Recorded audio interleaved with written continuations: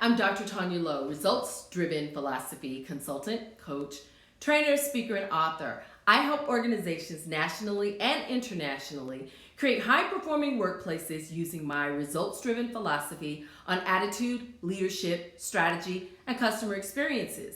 We develop your best-kept secret, your human capital. I'm coming to you today from what looks like an abandoned house, but I'm actually standing in the middle of my kitchen, or what used to be my kitchen. Oh yeah, a few weeks before COVID quarantine, I had a flood in my home. So I decided to make today's lesson about adaptability and crisis and what my personal crisis has taught me. Did you know the ancient Chinese symbol for crisis is exactly the same as the symbol for opportunity? Seeing problems as opportunities is the best way to be successful in business and in life. It's a matter of perspective. So shouldn't you adopt the perspective that will lead to success and not failure?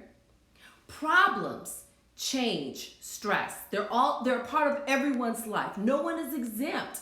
And adaptability means seeing these things as normal. Successful organizations and the people in them develop a mental toughness which causes them to see adversities and failures as ways to learn lessons and improve. They expect challenges. So even before the challenges occur, they have the intention of facing them and finding solutions. Basically, there are two ways to adapt to situations. The first is to adapt ourselves to the situations that are beyond our control. And the second is to adapt situations so that they are better for us. One of these two options provides the solution to most problems. So of course, you want to adapt either yourself or the situation in the most productive, worthwhile way. Adaptability is a choice. It's a decision, and I've definitely learned how to adapt in the last 3 months. But what about you?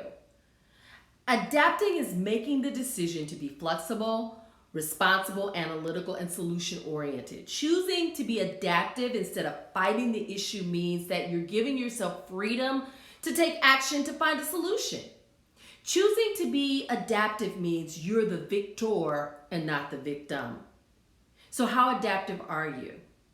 I have 5 tips to share with you, 5 things that I've learned between my flood and COVID-19 that have helped me to increase my adaptability, and I hope they help you with your adaptability as well. So number 1, how's your sense of humor?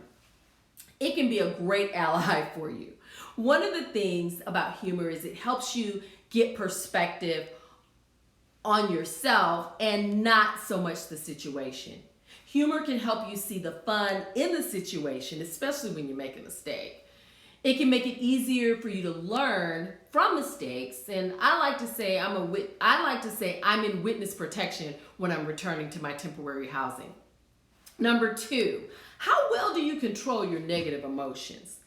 Negative emotions can get you into a lot of trouble. When you're in a stressful situation, try to remove yourself until you have your emotions under control. When you're calmer, deal with that situation. And this can be easier said than done, but as a leader, you must practice this daily and model it for your team members. They're depending on you.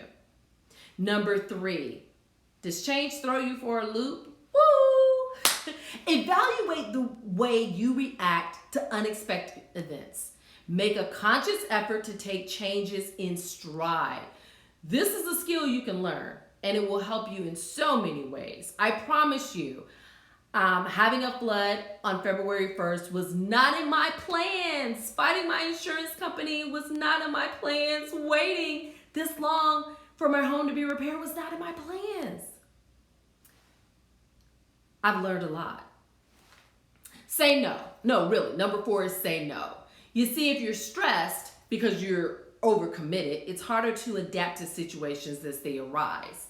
Make your schedule work for you, not against you. Learn to say no, calmly, firmly, and when you need to. And number 5, uncomplicate your life. It's way too complicated. I've learned that I can do so much more with less. And we must learn to simplify our lives, our organizations, our businesses, and our teams. Get rid of the clutter and distractions that wear you out and get in the way. Decide what's essential. What do you really want to do? What do you really need? Where do you really need to put your time? What do you need to concentrate on? When we experience a violent storm, it's easy to rail against the storm, right? But the wind and the rain can seem terrifying, especially when coupled with thunder and lightning and everything. But when you ask any farmer, they'll tell you that even storms have their benefits. Rain is necessary. It's necessary for the crops. And believe it or not, lightning, when it strikes the ground, it actually puts nitrogen into the soil. And that's something that we really need. Likewise, conflict in the workplace and at home have certain benefits that we don't always see initially. So don't miss the lessons. I'm Dr. Taunya Lowe, results-driven philosophy consultant, coach, trainer, speaker, and author. I help organizations nationally and internationally create high-performing workplaces using my results-driven philosophy.